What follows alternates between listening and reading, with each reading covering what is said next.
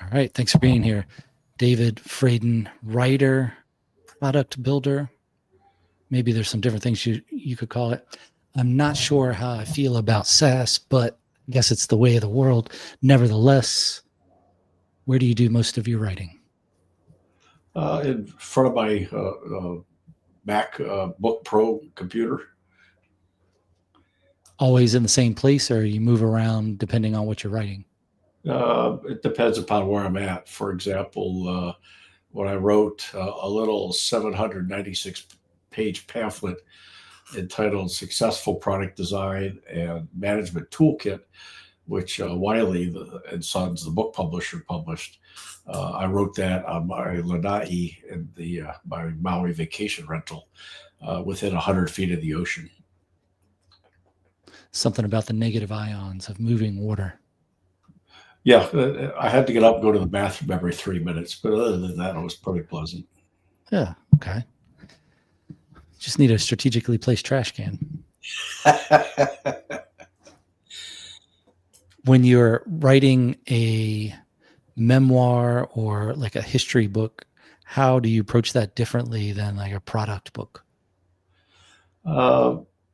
There's much more research necessary. For example, I just finished and released a book called Letters for My Jaime.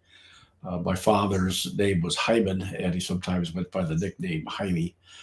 And a cousin of mine sent me a whole bunch of letters that he had written home during World War II as he was serving in the Marines, the Army, the National Guard, the Army Air Force, and on kitchen patrol.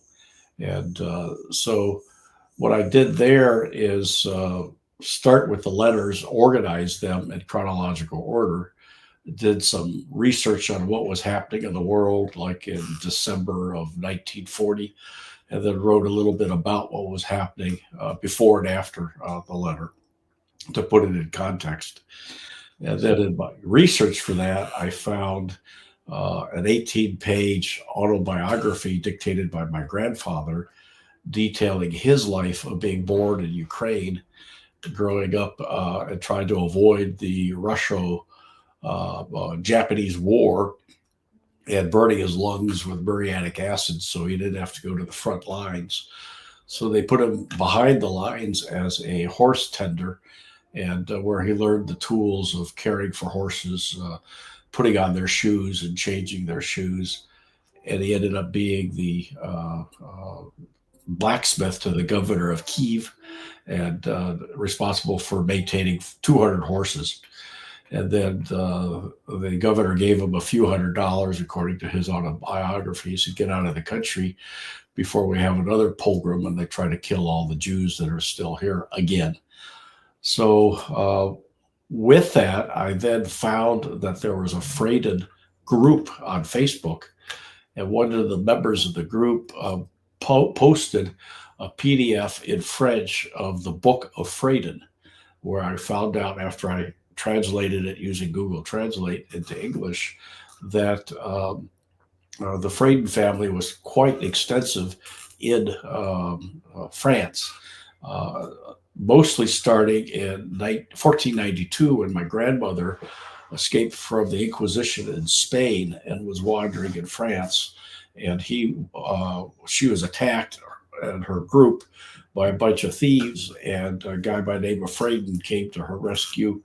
He fell in love with her. They got married, and then future Fradins, according to the Book of Fradin, became the mayor of Lyon, prominent physicians, dentists, winemakers, lieutenant general in Napoleon's army, and then one guy that got anointed a duke by the king of France.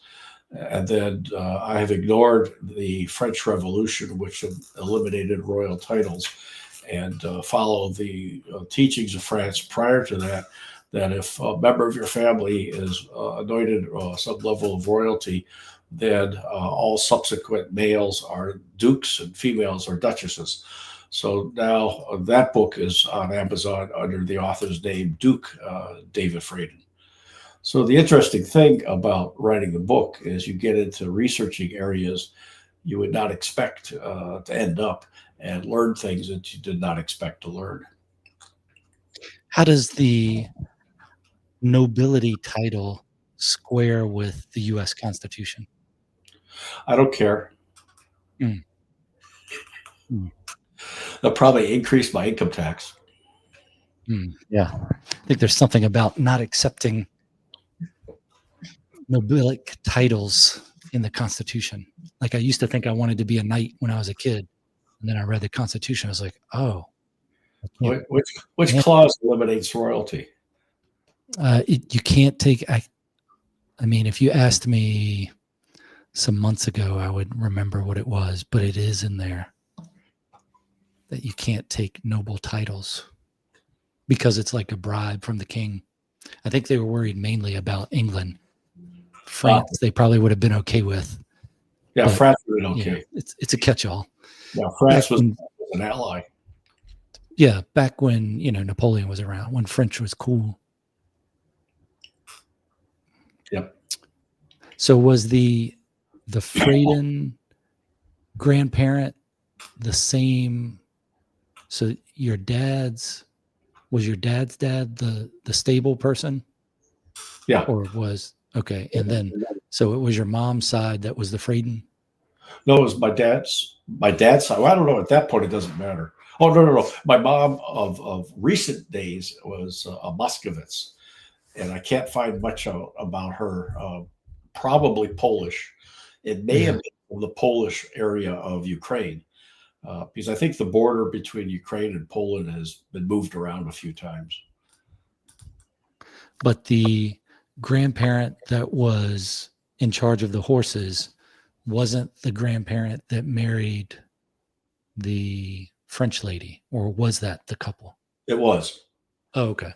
Yeah, okay. 26 generations later.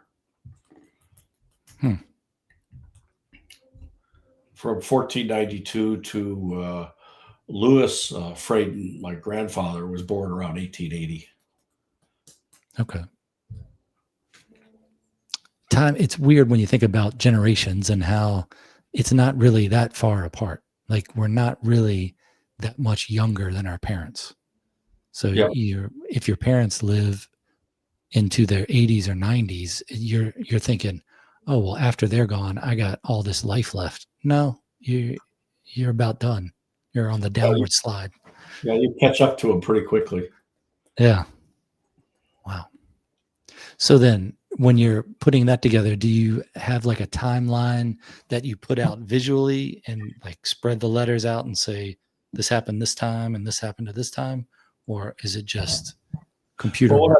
What I did is I scanned them all and then labeled each of the save files by the date that the letter was written. And that way I could organize them in a folder chronologically. Okay. And then did the same thing with the photos that I wanted to put in the book, like the seal of the Fradins, or the coat of arms, I should say, of the Fradins from France, and other images like when I was about 4 years old, there's a picture I have with little pot marks all over my face. And allegedly that was taken when my family went out to dinner and I was sitting in the high chair at the end of the table. And this is the time when measles or the smallpox was running around in the early 50s. And the waitress came up and said, oh, look at the poor little boy. What has he got, the mumps or the measles? And my dad said, no, he's just learning how to eat with a fork. Oh, nice.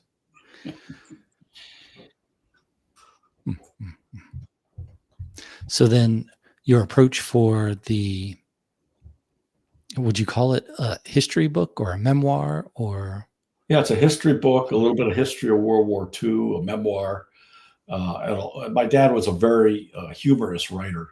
So his letters were very funny. So, for example, he was a clerk in Guantanamo Bay, and he stole the commandant's motorcycle and went joyriding around the base. And when they caught him, his punishment was to peel a couple thousand potatoes every day and assigned him to KP duty or kitchen patrol.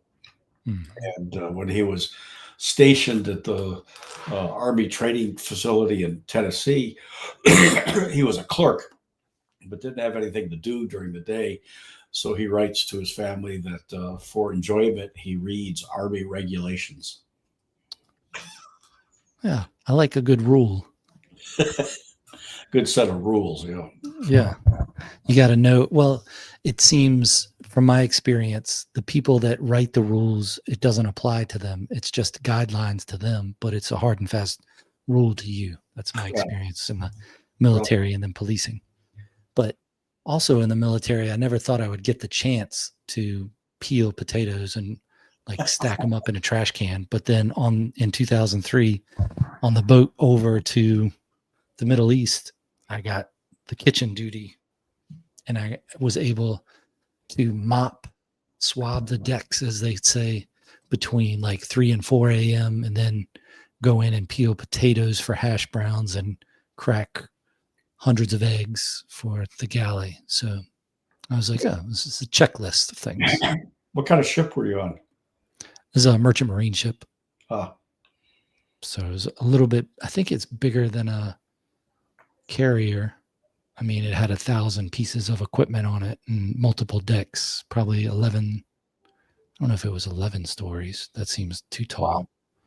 But it was one of the ones that has the big ramp on the back that you roll off the equipment.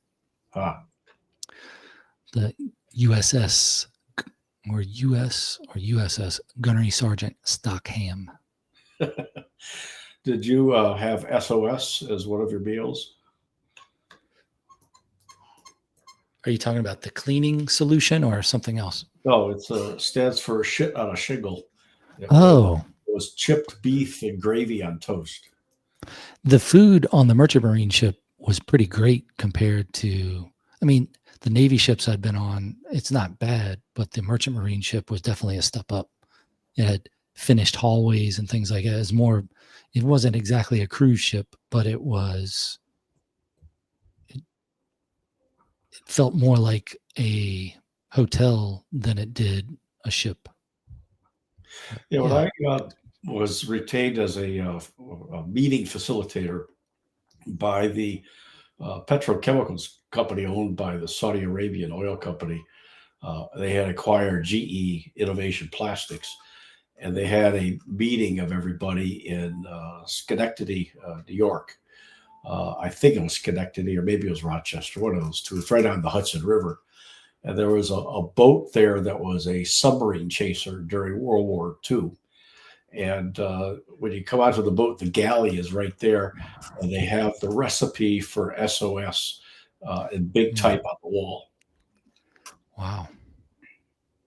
I worked with a guy that was a submariner, and I liked his explanation of submarining, which he said it was cool for the first 15 minutes. Yeah, I went through the submarine that's on display at San Francisco Wharf area. And boy, is that confining. And if you have any inklings towards claustrophobia or body odors, that's not the place you want to serve. Yeah, I've been on that one. And then one of the old diesel ones I think it was in Baltimore. It was like a museum there. But yeah, can't imagine the sounds when war is going on outside and you're in that tube. I mean, it's bad enough on a boat on the surface, but it's really something. Yeah, and depth charges going off all around you. Yeah. I mean, the hunt for Red October or Crimson Tide made it seem much bigger. And I guess the nuclear ones surely are bigger. But yeah, I've been going to a Chinese restaurant near where I live in Los Gatos since they opened, and watched their son grow up. And now he's in the Naval Academy, and he wants to go into a submarine. Now this guy is 6'2", and I'm trying to convince him to go into aircraft carriers, so that when he becomes a commander of an aircraft carrier, he'll let me park it. I imagine it has a backup camera. All over the place. Yeah. I think a carrier commander has to be a pilot too, right? Pretty sure. All It's helpful. all aircraft carriers. It's helpful. Trying to remember, was it Nimitz?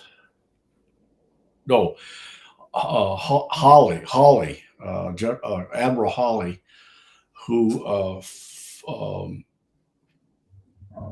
was bringing his fleet back to Pearl Harbor, and for some reason, they stopped about 200 miles away, so the Japanese couldn't get them.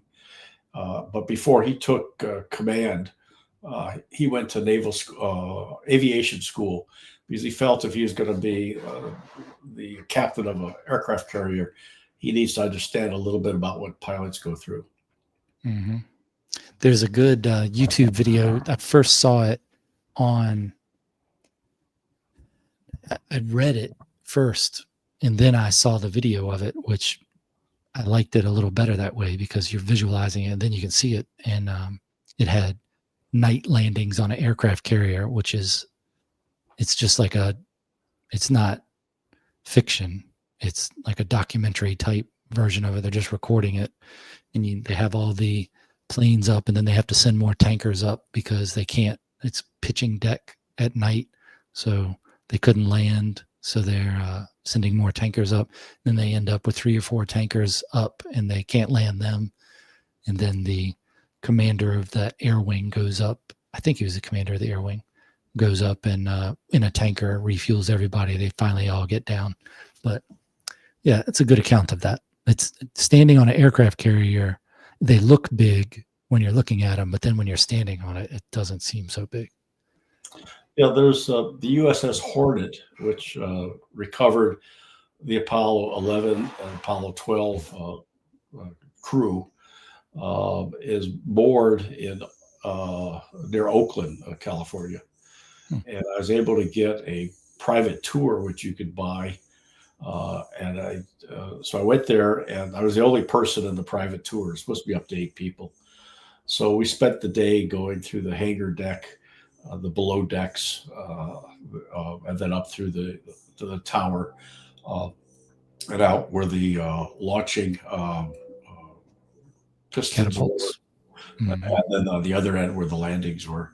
And this was an aircraft carrier that took the name of the Hornet, which was sunk during the Battle of Midway, and came into service, I think, like in 1944. And it was cruising towards the Philippines. It got hit by a typhoon and rolled its front carrier deck up like a pretzel.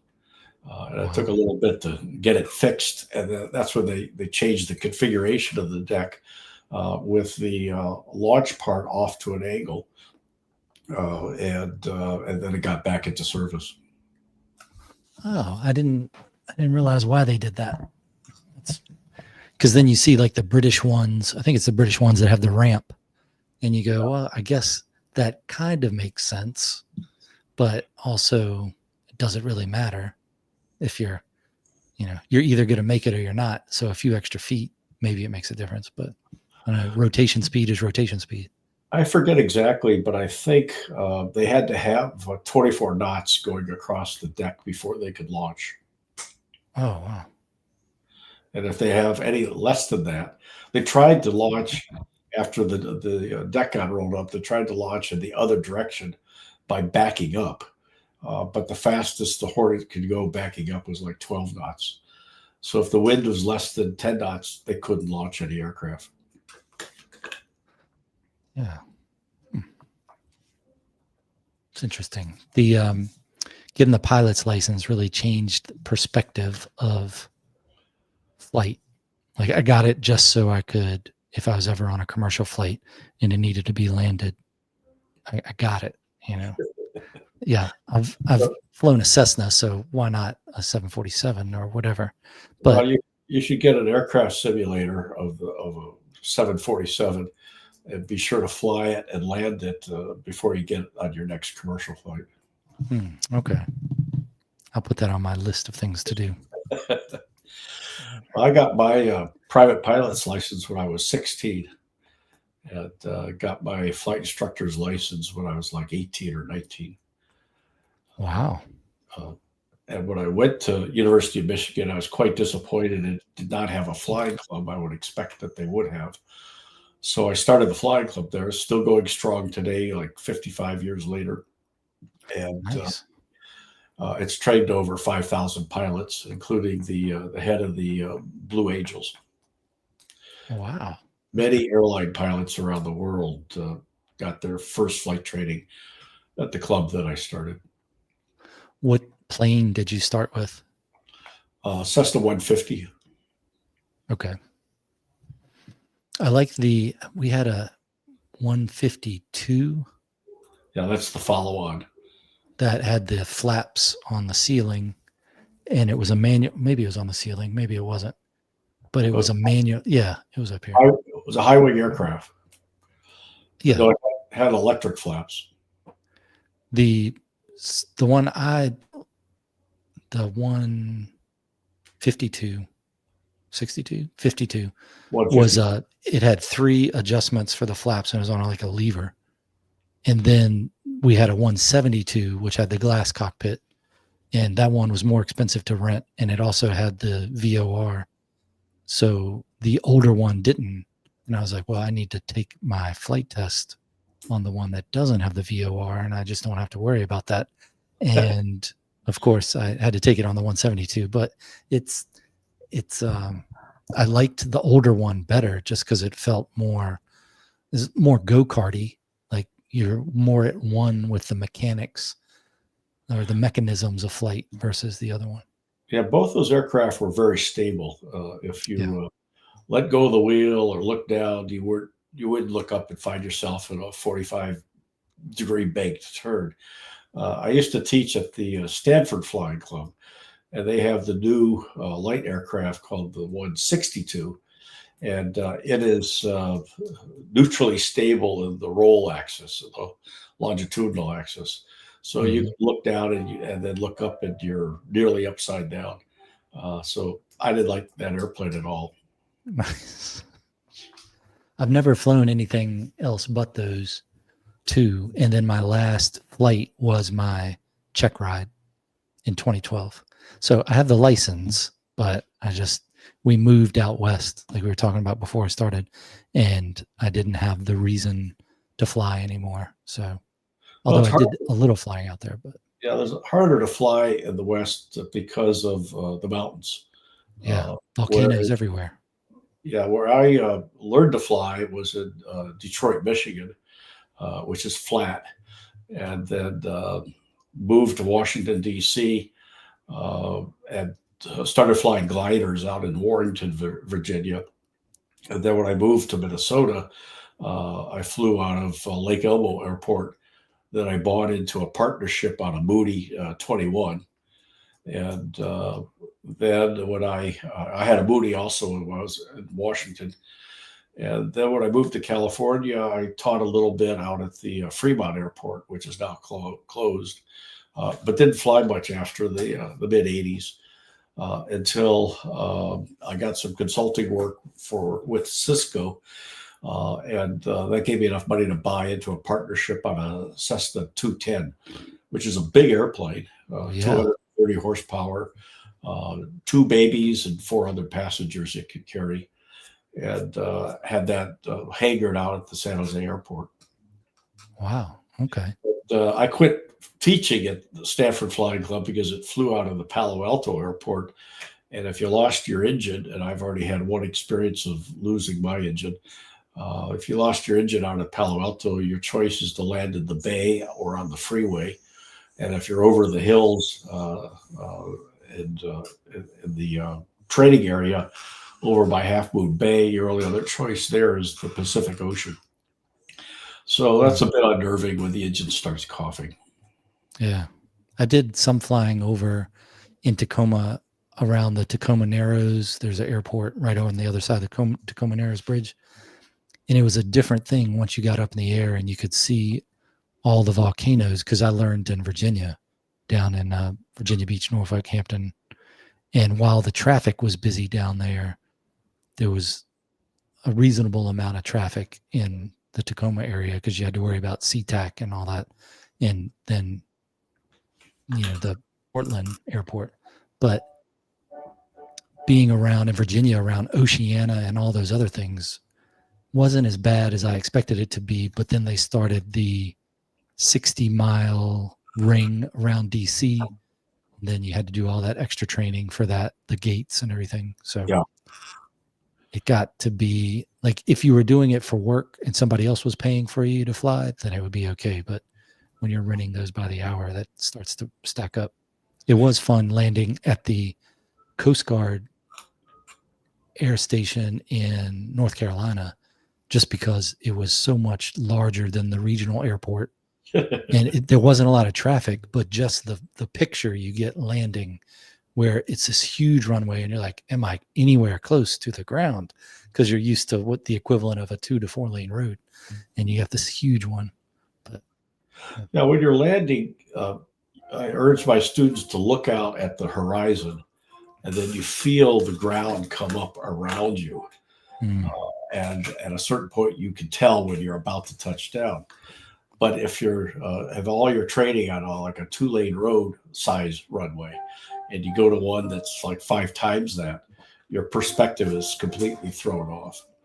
yeah, I did my solo flights for where you have to do the certain amount of takeoff and landings, but I was able to do 2 of them in one pass because I could land, take off, land, take off. Yeah. And I probably could have done 3 of them there, but yeah, that was fun.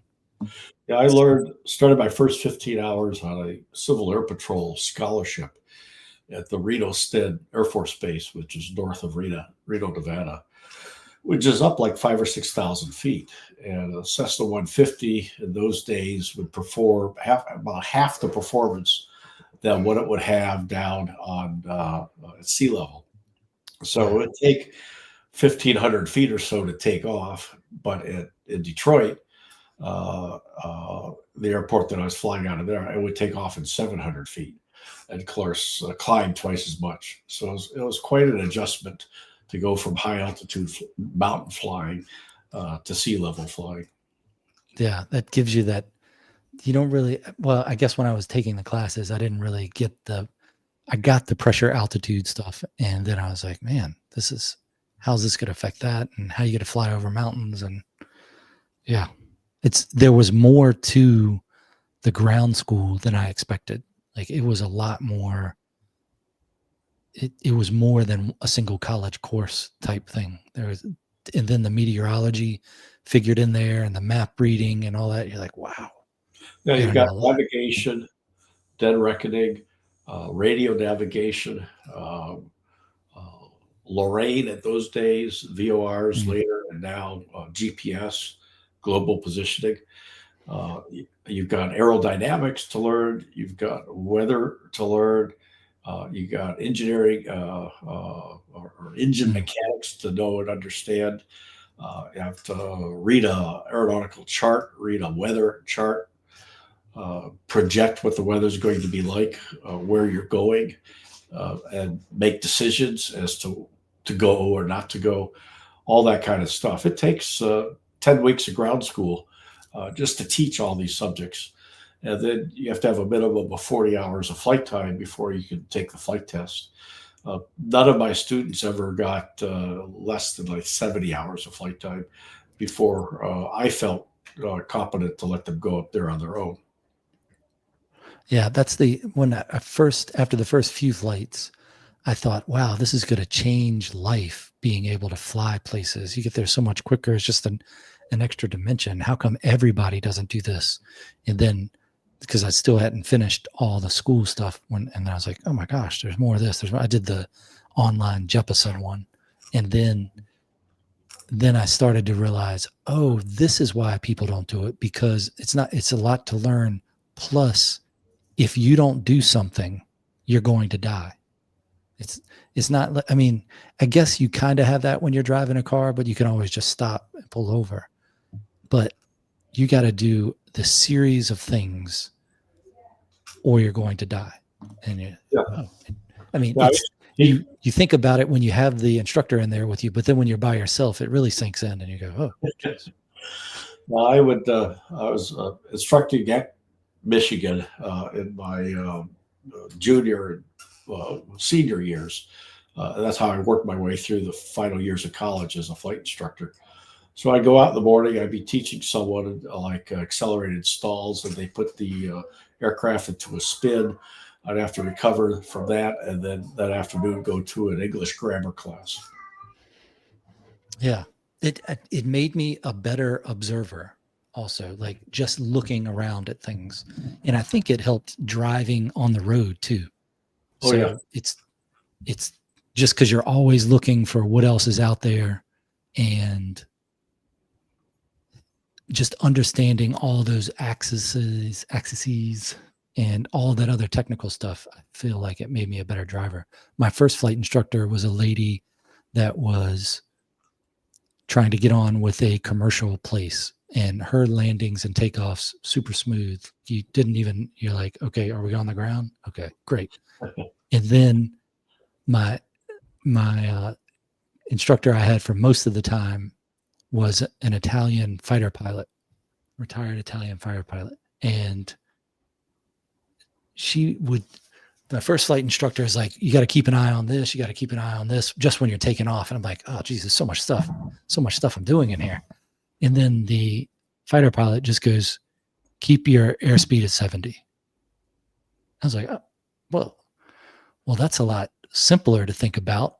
That's good. And then he's like, never trust helicopters. This is gold. This is gold the guy's giving me. And when we were landing, he's like, when we land, I want to know we're landed. Like, okay.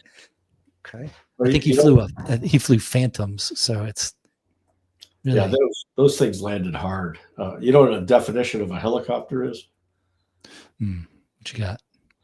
10,000 parts all going in the same direction temporarily. Yeah, he was not fond of helicopters. It's something that just shakes itself apart.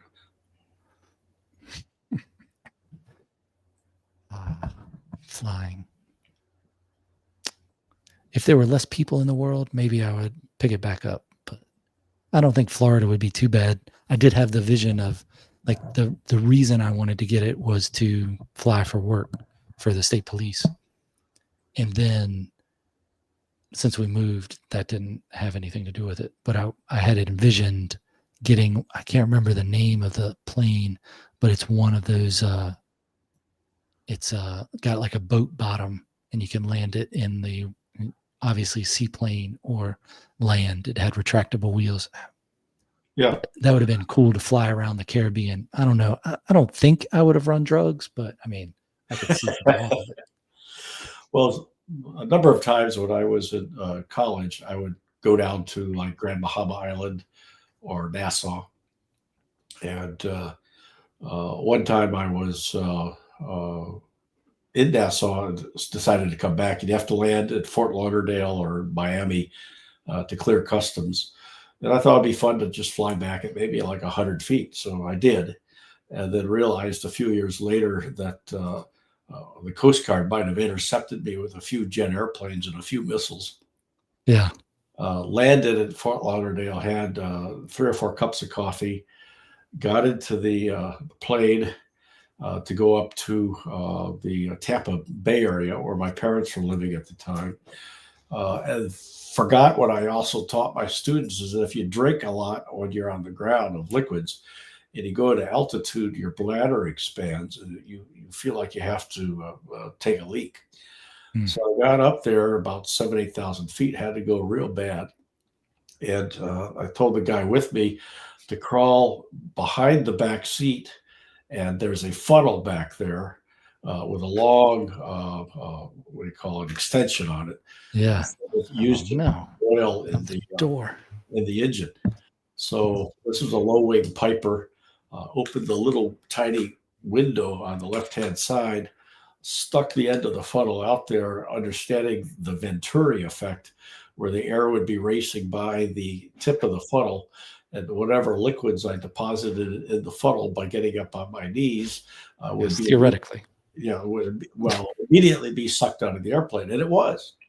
But what I didn't realize is that at the altitude we were at, it was below freezing. So when we landed there at the, I forgot the name of the airport, something executive airport west of Tampa. In those days, you're usually received by some pretty girls in short mini skirts, and they would come out with a piece of red carpet, and they would stick that outside your cabin door for you to step out on, because they treated private pilots like royalty. So they did that. Wow, I missed that part. And I got up on the wing, and I'm going back on the wing, and I see this yellow liquid all over the tail surface, frozen and beginning to thaw from the sun, warming it up. Hmm. So I got out of there into the terminal as fast as I could before you could smell what it was. But I thought that was quite interesting that I peed over the Okefenokee swamp. Roughly the same place where this alligator Alcatraz that Trump just opened occurs. Oh, that's on the bay side? The Alcatraz, alligator Alcatraz. Mm-hmm. No, that's down in the Okefenokee swamp, the Everglades. Is it in the middle, or is it towards one of the edges? It's mostly in the middle, but more towards the Gulf and in southern Florida. Okay. If you fly directly east from Miami, you run right into it. Oh, well, it's convenient. Yeah.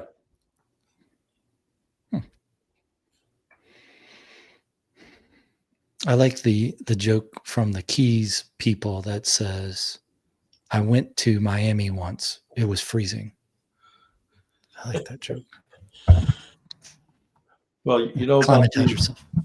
You know about the famous Jewish wine? The Jewish women from New York would say, "Take me to Miami."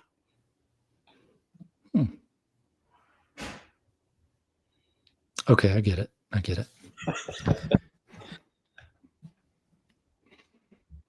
So, after you wrote the history type book, are you writing anything else now, or are you doing product stuff, or No, I've writing finished all my product stuff. I've got building and sailing great products, organizing and managing and sailing great products, and then the Wiley book that I mentioned before, Successful Product Design and Management Toolkit. Then I did Letters from Miami, and I'm now working on my last book called Trippin, Trippin, Life's Little Laughs, an unauthorized autobiography. Okay. That'll be interesting. Are you approaching that differently than the history one, or are you using a lot of the things you used in that, like the thing I struggled with building and sailing great products was coming up with a structure, an organization that flowed, that somehow fit together. Letters from Miami was easy because it was chronological. So I think Trippin, an unauthorized autobiography, will just be chronological, which makes the organization easy. Okay. Do you have, when you're working on it, are you doing it by when you get the time to do it? Are you setting a schedule? Do you do word count, time writing, topic writing? No, I have no schedule. I just like to get it done when I finish it. So I write each of the little experiences separately, finish each one. Then I'll organize them, and then I'll go through and edit them. I remember when I was writing Building and Sailing Great Products, Google Docs had the ability to do a limited amount of editing. And so I put the whole book up there. That book was close to 200 pages. And then a friend of mine who is very good with grammar, and being an engineer, I'm very bad with grammar. She was going to edit it for me. But you couldn't do a lengthy document like that in Google Docs. The thing would just bog down. She would make an edit change, and I would get notification of that change like 3 months later. So it was really worthless and really slowed down the production of the book. Now, with dictation being so accurate, I'm able to dictate what I want to say as opposed to typing. So I can speak, like 125 words per minute. I could probably type about 50 words per minute. And then I could use something like Grammarly, which now has some AI components, and I could put in the field that I want, and it will make editorial suggestions and changes and fix the punctuation and the spelling all automatically. Your voice software, are you using Dragon, or do you have to say like period, quotation mark, all that stuff? No, well, I think for things like quotation marks or question marks, you state that. Okay. Uh, um, it's a lot better than what Dragon used to be today Yeah. in terms of dictation. And then I'm a trained voiceover actor, so I have created audiobooks of my books, which are available on Amazon's audiobook thingy. But what would be wonderful, and it's just becoming available, where I can upload snippets of my speech and style to an AI voiceover, and and then I can feed it the text of the entire book, and it will generate the audio book in a few minutes. What does one do to be a trained voice actor? What kind of training is involved in that? I took a number of classes, so it's things like being able to convey emotion, intent, feeling, emphasis. It's many of the components of acting. A lot of it is improv. So I try to remember some of it. My instructor is a lady by the name of Elaine Clark, and she has several books on the market. One is There's Money Where Your Mouth Is, and then another one on intent and so forth. And it takes a lot of practice. When you do voiceover, are you doing just a specific part, or if you're reading a whole book, do you try to do different voices or inflections for different characters? Is it like No, listening to a radio show, or is it? well, when I narrate my books, it's just a narration, just Okay. reading it with a little bit of emotion and emphasis. I've done some commercials which required some acting, but very limited amount of that.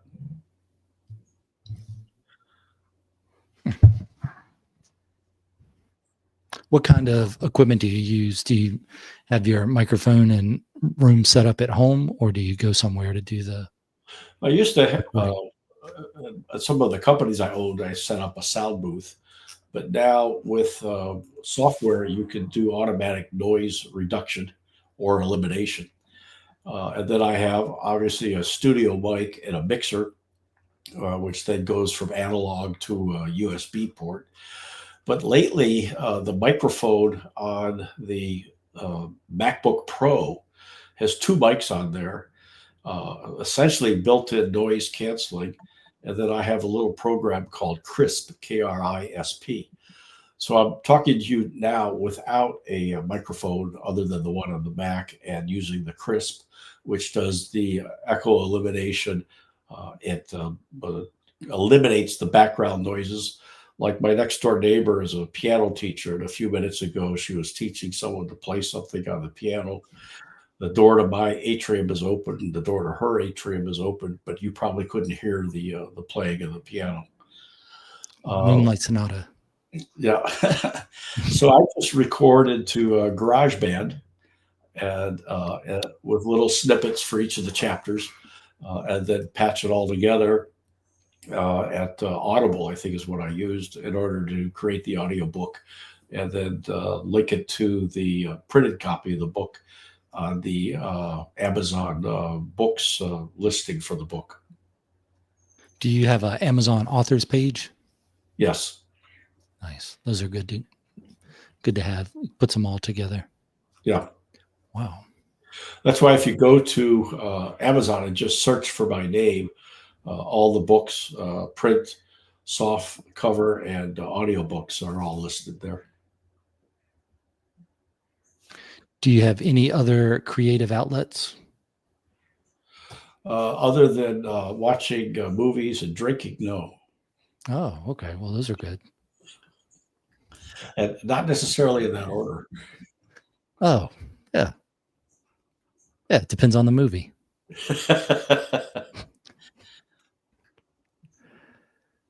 Have you done collaborative writing then?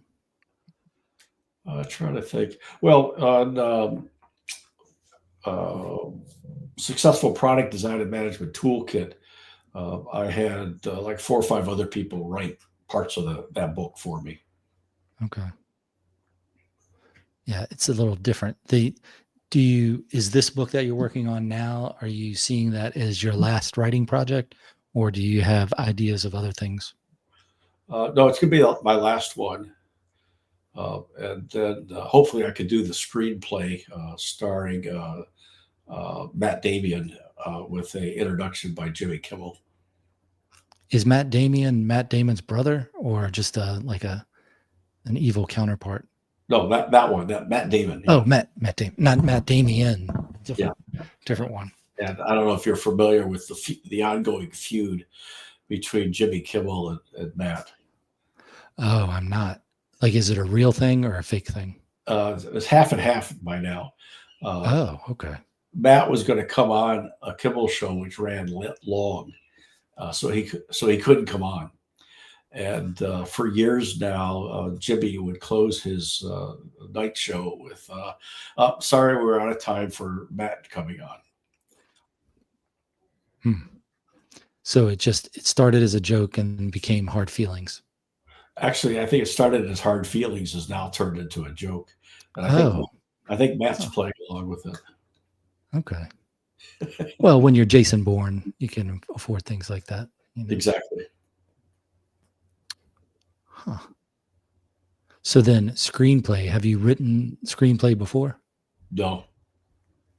I just started doing that about a year ago, and I've done poetry, regular, prose, like writing books and things, fiction, nonfiction, writing reports for work. That's probably where it started.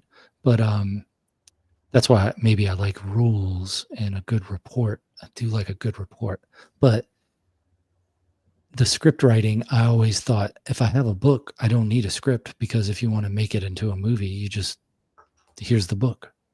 And then I started looking at script writing software, and I was like, man, I don't even know where to start, because I don't know the language of the script. I don't know the format. I don't know when I need a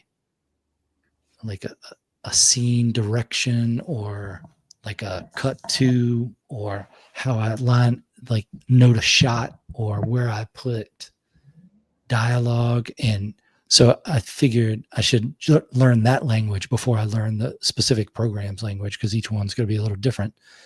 And I got the Sid Fields book on script writing, which is probably written 50s, 60s. I mean, and when you read it, it dates itself through some of the explanations of things. And it's probably been updated too, but that was pretty good, because it helped learn the basic format of it. But then also it had the key phrase of, as long as your format makes sense and you're consistent, you can do whatever you want. And I was like, oh, okay, well then this is good. This is a good license to just format it how I like, roughly like Final Draft would do it, but maybe not exactly. Well, I've written video scripts, and you have 3 columns. One column would be the video, another column would be the character generator, and the third column would be the narration or the voiceover. And then you break it up into scenes, which is pretty straightforward. I was the product manager for a product called Video FX, which was a post-production digital analog controller of tape decks with a character generator built in, and a video switcher. This would be in the early 1990s. And my first exposure to video production was producing some television political commercials for a guy I was helping run for governor of Minnesota. And in those, we had 2-inch Ampex video tape recording machines and a semi-truck trailer and cameras that must have weighed a ton on wheels and stuff.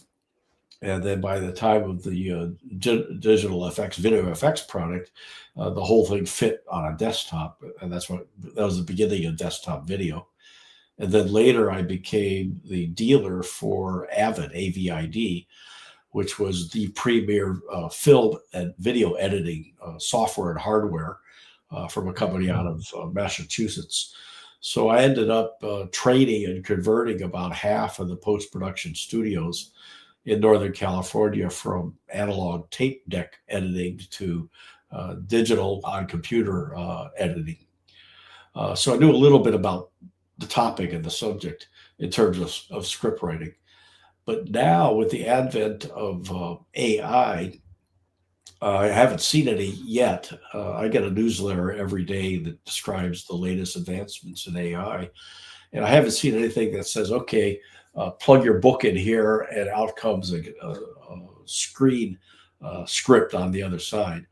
Mm-hmm. But some of them are there now where you can put your image in, like Google just released this, and it will create a 8-second video of that still image of you doing something along with a voice, I think with a voiceover if you want.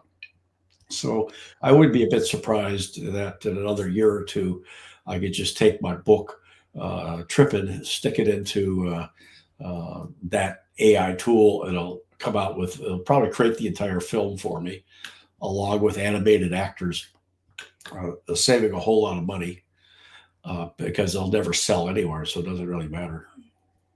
I think maybe you cast Dolph Lundgren as you because he had the engineering side or the chemistry. Was he a chemist or engineer? He's something. He's got an advanced degree. And you can just AI him in there. I mean, he played He-Man. Come on. Well, I'll probably use Larry David as my lead. Larry David looks a lot like me. And in fact, when I used to give speeches, I'd stand up. I said, "Hi, my name is Larry David, and I look exactly like David Fradin." And you asked earlier if I have any other hobbies. One of them was cooking. So after I gave a speech at a product management conference in Portugal, I took the overnight train to San Sebastian, Spain, something I highly do not recommend because it's a World War II train. And it travels maybe -5 miles per hour. Nice. And when I got to San Sebastian, I went there because of the food scene. There's more Michelin stars per capita in San Sebastian than in any other city in the world.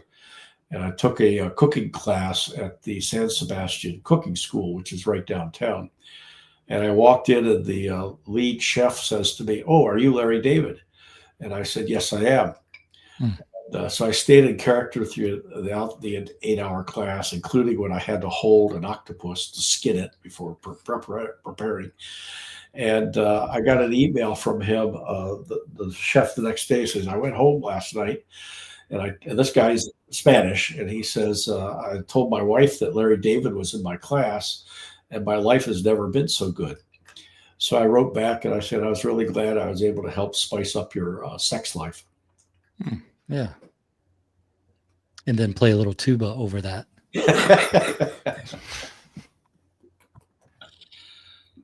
Wow. I mean, Larry David's okay, but I think Dolph Lundgren, if you're doing the AI, maybe you mix those together. Maybe that's not a beast you want to make, but it's I'll just have them park their cars next to each other or sit side by side in a restaurant. Yeah, all your background people are just famous. Your background extras are just famous people. Yeah, and I use the theme to Curb My Enthusiasm as my ringtone. Curb My Enthusiasm. I like that. Versus yours. It's good. Well, that's the name of the theme song for the television show Curb Your Enthusiasm. Okay. I was at the keel laying of the USS, I think it was the Bush. That must have been in Portsmouth. No, not Portsmouth, Hampton or Newport News shipyard. And when I was a trooper and they had the military band there and the tuba guy was there, I was like, hey, can you play a theme song to Curb Your Enthusiasm? And he said, I don't know it. I was like, oh, so I was like, okay, it goes like this. So I'm doing, doing the tuba sounds, and he was not amused. So I feel like I really missed a chance. Like that could have been good. It could have been great. He's been probably at sea for about 8 years and hasn't seen the show. Oh, it's disappointing. Well, script writing, I thought it's worth doing it, and I started doing writing one now with another person, and collaborative writing, as I say, makes you look forward to writing on your own, and you have to overcome those certain obstacles, and you give away a little bit of like say in what happens, but that's what script writing is anyway. It's just suggestions and instructions to a director that's eventually going to change everything anyway. But I think it helped my other writing just because I like a sparse description in prose, and then the dialogue in script writing is more of the spotlight of things. And I think it helps when you mix a bunch of different modalities of writing together so you can take the good of all of them and get something better. That's interesting. What's the best way for people to follow your work or to get a copy of your writing? Best way is go to my spicecatalyst.com, and there is links to my training programs that are online at Udemy. There are links to all of my books on Amazon. There's a way to contact me through there, and to also connect with me on LinkedIn. Okay. And then do you have a website that's just your name? Do you not use that one anymore?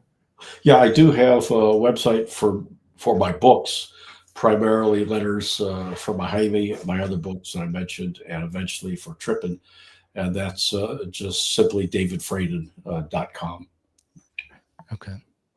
I'll have that, and then your other one that's on the screen now in the show notes so people can check that out if they're interested. Do you have anything you wanted to talk about that we didn't, or any thoughts in closing? No, but we pretty much covered all the world affairs, and now we can have peace.